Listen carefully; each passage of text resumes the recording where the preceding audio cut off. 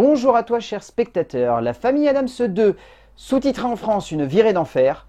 Il va vraiment falloir qu'on m'explique pourquoi on sous-titre les films qui n'ont pas besoin de sous-titres. Toujours réalisé par Greg Tiernan et Conrad Vernon. Co-réalisé également par Laura Brousseau et Kevin Pavlovic. Ça fait toujours beaucoup de noms sur les films d'animation quand c'est cité comme ça. Honnêtement, j'attendais pas à ce que cette suite soit plus qu'un objet de cinéma sans grand intérêt. Parce que si le premier, La famille Adams version animation, pouvait être sympathique, j'arrivais pas à imaginer qu'il puisse faire une suite qui ait un vrai intérêt ou une vraie logique. Donc, j'ai appris que ça sortait tout récemment. Je me suis dit, sait-on jamais, ça peut être sympa. Pourquoi pas ? Le résumé pour faire simple, alors que la famille Adams se semble couler des jours heureux et réjouissants dans leur nouvelle maison, mercredi se pose des questions. Il se demande pourquoi est-ce qu'elle se sent autant à part dans une famille dont elle devrait être si proche. Et si un voyage était la solution pour se rapprocher ? Qu'on se le dise, c'est hyper anecdotique. C'est vraiment pas un long métrage dont on va se souvenir. Et si je pouvais trouver quelques aspects un petit peu drôles et décalés dans le premier métrage, je dois avouer qu'ici, il n'y a pas grand-chose à se mettre sous la dent. C'est un film qui est très sommaire dans sa composition, qui ne prend jamais de risques, profondément. C'est un film qui se contente un peu d'avancer de manière très linéaire au fur et à mesure que sa trame narrative se met en place.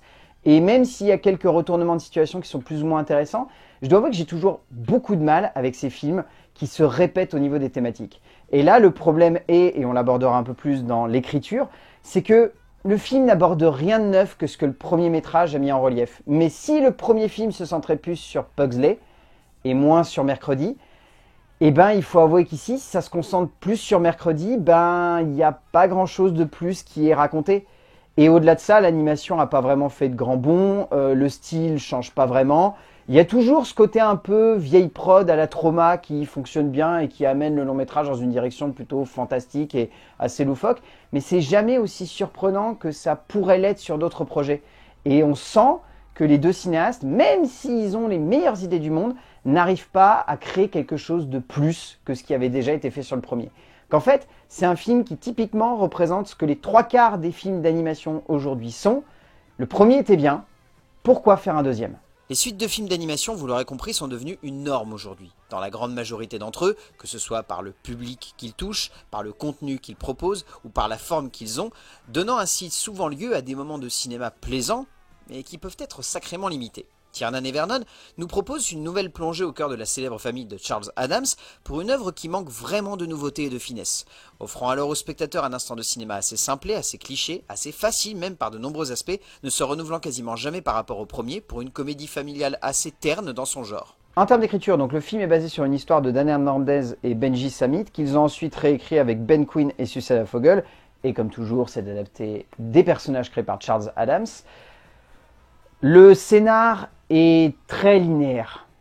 C'est vraiment problématique. Le film fait à peine quelques minutes de plus que le premier. Je crois que le premier faisait 1h28, le deuxième fait 1h33. Et bon Dieu que c'est long. C'est vraiment problématique parce que dans les premières minutes, je me suis dit que le scénar pouvait être sympa. Qu'il allait prendre une petite base amusante, qu'il allait faire un peu comme était Hôtel Transylvanie 2, c'est-à-dire la même chose que le premier, mais avec un petit côté sympa et drôle et décalé. Donc je m'étais dit pourquoi pas, mais vraiment rapidement, on sent que le scénario est très sobre, très linéaire, très classique, qu'il ne cherche jamais à être plus qu'une bonne suite. Et pour moi, c'est dommage parce que du coup, avec cette idée en tête, le film n'est rien de plus qu'une suite sans réel intérêt supplémentaire. Et c'est vraiment dommage parce que je trouve qu'encore une fois, on est sur une galerie de persos qui peuvent se permettre d'être déjantés, d'être loufoques, d'être fantasques et d'être délurés, et on va les aimer parce que ce sont des persos auxquels on a une attache forte. Et ici, ils ne sont jamais pleinement exploités. Gomez Adams est un personnage que sur le papier, je trouve charismatique comme c'est pas permis. Ici, il est en sous-régime. Morticia, elle est quasiment pas présente à l'écran. Pugsley est plutôt drôle, mais il n'y a jamais des trucs en plus. Et Oncle Fétide, pareil, il devrait avoir une place prépondérante dans le récit. C'est Mercredi qui englobe tout, et Mercredi n'est rien de plus que le miroir de ce qu'était Pugsley dans le premier film. Et ouais, c'est vraiment dommage. Je trouve que cette famille n'est pas exploitée à son plein potentiel en termes de profondeur, et j'en ai encore marre qu'on nous raconte des histoires de familles qui ont besoin d'avoir une attache, parce que ici c'est encore poussé à l'extrême, et pour moi ça n'a pas vraiment d'intérêt.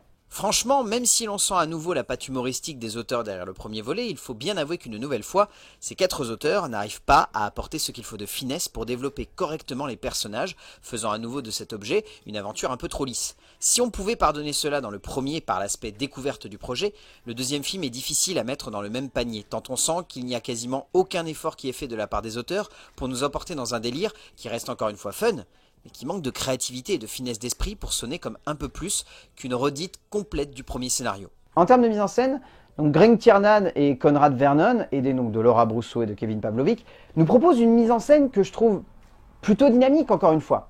On ne peut pas cracher dans la soupe et dire que le film est mou ou pas efficace. C'est clairement pas le cas. Il y a une vraie efficacité, il y a une vraie logique, il y a une vraie envie qui se dégage de l'ensemble de ce film. Et là-dessus, rien à redire. C'est vraiment très intéressant. Et encore une fois, il y a cette dynamique de comédie que je trouve très très amusante. Et il y a aussi ces petits hommages, comme cité au début, à la Trauma, où vraiment on sent qu'il y a cet esprit un peu à l'ancienne. Le Monsterverse d'Universal des années 50 et 40 qui est toujours convoqué de manière plus ou moins subtile, mais qui est toujours là. C'est amusant, même si là, vraiment, on se dirige plus vers les prods Trauma des années 80-90, où il y avait toujours des monstres un peu déjantés. Je pense notamment à cette fin, qui fait clairement penser à du Lloyd Kaufman. Sans le moindre doute, ils avaient cet esprit-là en tête. Et encore une fois, c'est drôle. Mais est-ce qu'il y a quelque chose de plus que le premier? Non. Et c'est là que c'est problématique pour moi. Parce que le film a beau être entraînant, amusant, il a quand même un gros ventre mou au bout d'une heure et demie, ou au bout d'une heure où on se demande réellement où le long métrage va aller. Et c'est un peu problématique. Mais il y a quand même quelque chose. Qui ressort de ce tout. Et je trouve quand même le film sympathique, mais je ne peux pas le sauver complètement parce que j'ai quand même cette sensation que c'est un peu mou du genou et que ça ne veut pas aller plus loin que le premier et que du coup, il n'y a pas grand-chose de plus à raconter. Et ça me fait vraiment mal au cœur parce que sur le papier, j'adore la famille Addams. Encore et toujours, Tiernan et Vernon sont 2 auteurs qui ont ce petit côté un peu espiègle et amusant qui transpirait déjà dans le premier métrage. Mais il faut également reconnaître que pour le coup, cela sonne à nouveau comme un peu trop la même chose que sur le premier film, créant une sensation de déjà-vu qui est assez forte. Ok, l'humour est toujours là, mais il est encore plus régressif que sur le premier métrage. Ok, l'énergie est toujours la même, mais elle s'épuise un peu trop vite pour réussir à nous faire tenir jusqu'au bout. Et les 2 auteurs ne peuvent pas, comme sur le premier, baser toute leur immersion uniquement sur la présence forte de leurs personnages à l'écran. Donc, un peu trop facilement, le long métrage cède aux facilités. En termes de casting, j'ai eu le plaisir de voir le film en version originale. Qu'est-ce que c'est bien mieux que Kev Adams. Oscar Isaac est fantastique, Charlize Theron, pareil, les 2 sont hyper charismatiques. Dans les rôles secondaires, on peut citer Javon Wana Walton dans le rôle de Pugsley, Nick Kroll dans Oncle Fétide, Snoop Dogg.